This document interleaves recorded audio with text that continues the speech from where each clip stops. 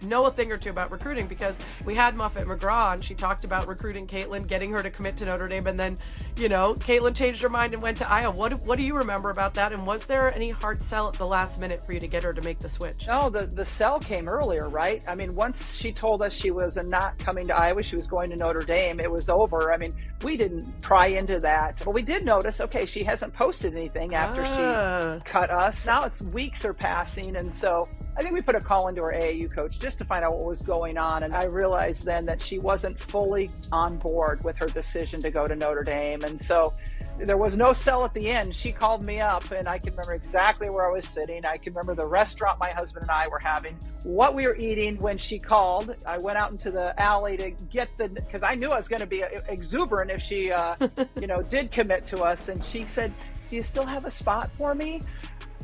Yes, yeah. I do. It didn't take long. So there was no sell at the end. The sell happened really in the years leading up to that. Lisa Bluder just sat down for an exclusive chat with Sarah Spain, and things got real. They dove deep into the whole Caitlin Clark story, and Bluder didn't hold back. She revealed details we've never heard before. Everything from why she truly decided to retire, to what Caitlin was really like off camera, to the one aspect of coaching her that drove Bluder completely crazy. Most people assumed Lisa stepped away simply because Caitlin graduated, that it was the perfect ending after 2 championship runs and a historic career. But as it turns out, there's a lot more behind that decision than anyone realized.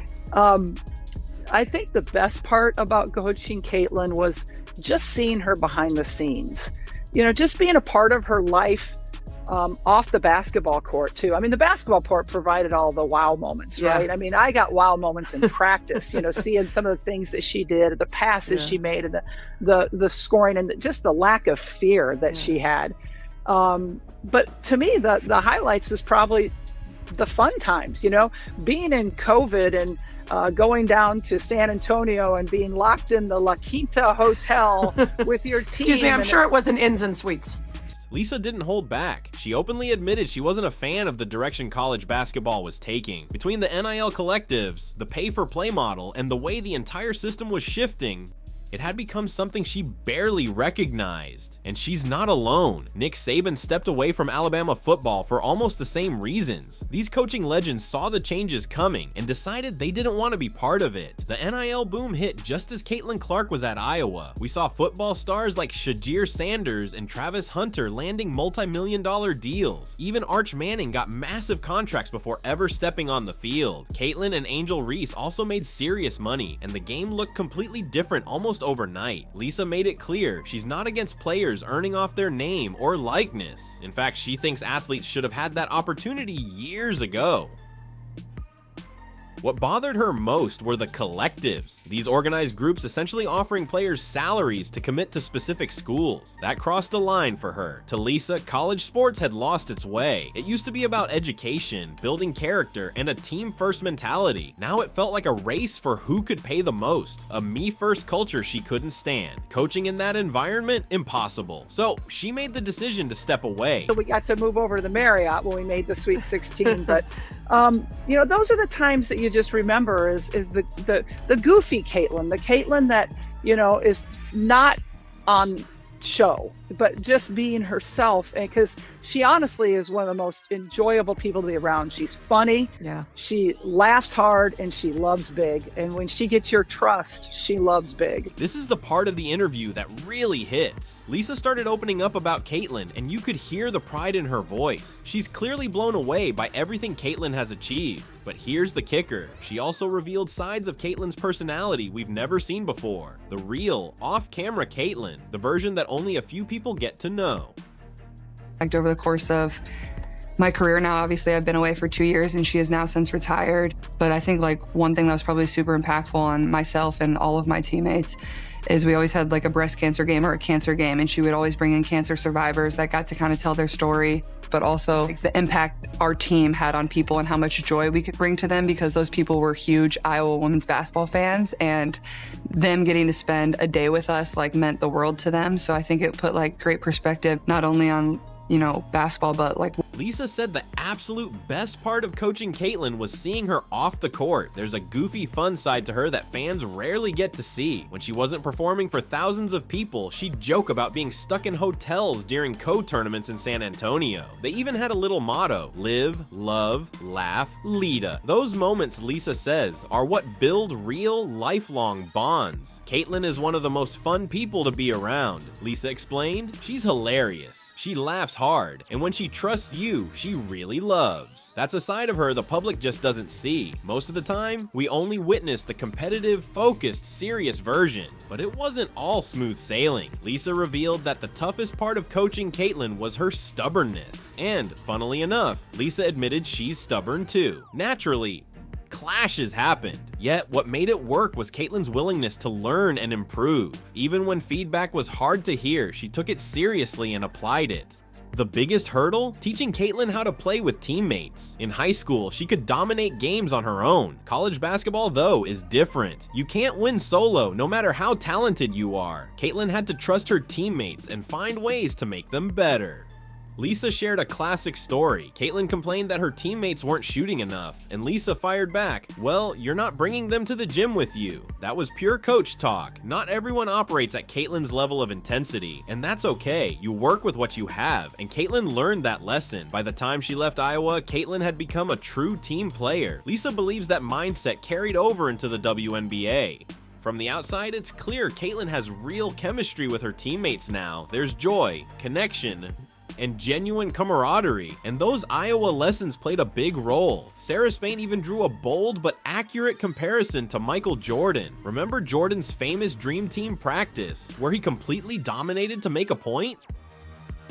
Caitlin had a similar moment at Iowa. Her team was down, and in a matter of minutes, she scored an insane number of points. That killer instinct is rare, but the real challenge is channeling it to lift teammates instead of frustrating them. Caitlin figured it out, and that's why she keeps improving. Then the conversation turned to the WNBA and the media-driven drama surrounding Caitlin's rookie year, especially the rivalry with Angel Reese. Lisa was frustrated. She pointed out that the league had so many other stories worth telling, but the media chose to manufacture conflict between two young athletes just starting their careers. According to Lisa, it was completely unnecessary and unfair pressure for both players. They didn't need to be constantly framed as rivals. The WNBA should be celebrated for incredible basketball, not manufactured drama. That's coming straight from someone who's been part of the game for decades. Lisa knows how harmful that kind of media narrative can be, especially for young players trying to find their footing in a new league. That whole Caitlin Clark versus Angel Reese storyline probably did more damage than good for either of them. But let's circle back to something Lisa said about Caitlin's journey from high school to college. It's a critical detail that explains a lot about her growth. In high school, Caitlin was the star who did it all herself. College forced her to completely shift her mindset. She had to become a leader, someone who could lift others and make her teammates better. That transition isn't easy, and Caitlin struggled with it at first. The fact that she figured it out and evolved into the teammate and player she needed to be is a testament to her incredible growth. Many high school stars never make that leap. They stay self-focused, chasing stats. But Caitlin transformed. Lisa's comment about Caitlin being stubborn is also fascinating. We almost never hear anything negative about her. People always talk about how humble, professional, and team-oriented she is. But stubbornness makes perfect sense. To reach that level of greatness, you have to believe in yourself even when others doubt you. And the fact that Lisa admitted she's stubborn too adds another layer. Two strong-willed personalities working together can either clash or create magic, and clearly, they created magic. Iowa saw unprecedented success with Caitlin, even if there were moments behind the scenes when heads collided. Those behind-the-scenes stories are incredible. Weeks spent locked in hotels during tournaments, inventing little slogans to keep morale up. It all forged a bond within the Iowa team that a normal season couldn't have produced. Caitlin was at the heart of it, learning how to be part of something bigger than herself. Lisa also brought up the crossover game at Kinnick Stadium, and that was a defining moment for women's basketball. Over 55,000 fans packed a football stadium to watch Iowa play. Women were moved to tears in the stands. and the event raised $4 million for a children's hospital. It was proof that women's basketball can draw massive crowds and that incredible things happen when women support one another instead of tearing each other down. Caitlin was the driving force behind it all. Lisa said that moment meant more to her than championship appearances because it wasn't just about basketball. It was about shifting culture, creating opportunities, and showing young girls that their dreams matter and are valid. Listening to Lisa talk about Caitlin, you can feel the genuine affection she has for her. It goes beyond the usual coach-player respect. There's real love there. Lisa guided Caitlin through some of the most formative years of her life, from a high school standout to a cultural phenomenon, forging a bond that runs deep and doesn't break. When Lisa spoke about Caitlin learning to love big once she trusts someone, it really highlights her personality. Caitlin doesn't hand out trust lightly, but once you earn it, she gives it completely. That's loyalty. That's a depth of character that extends far beyond basketball. And that stubbornness Lisa mentioned, that's part of what makes Caitlin exceptional. You need that stubbornness to take the shots she takes, to play with the confidence and fearlessness that define her game. Channel it right, and it's a strength. Channel it wrong, and it probably drove Lisa absolutely nuts. Coaching someone that talented and strong-willed isn't just about giving instructions. You have to persuade, demonstrate, and guide. It's exhausting, but it works. Lisa's points about the transfer portal and NIL shifting focus away from education are valid, though maybe a little traditionalist. College athletics has long been a business. Schools were profiting massively off players while they got little in return. NIL at least leveled the playing field. Still, her concern about the me-first mentality rings true. Unequal NIL deals can create tension, jealousy, and make it harder to maintain the team-first culture Lisa valued so much. Her decision to retire speaks volumes. Lisa isn't bitter, she's at peace. She watched the game she loved evolve into something she didn't want to be part of, and instead of fighting it, she stepped away, leaving a legacy untouched. And what a legacy it is. Multiple championship appearances, mentoring one of the greatest women's basketball players ever, and creating moments like Kinnick Stadium that transcended sports entirely.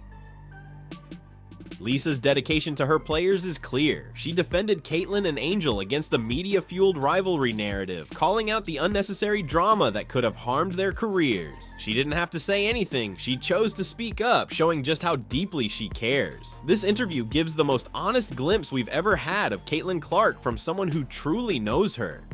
Coaching her wasn't just highlights and accolades. It was challenging, required patience, and demanded persistence. Lisa worked tirelessly to help Caitlin grow, not only into a great player, but a great teammate. She saw Caitlin's potential far beyond the court, and her insight gives us a deeper understanding of the person behind the superstar. There's so much more to Caitlin Clark's story than what we see on the surface, and Lisa Bluder just pulled back the curtain.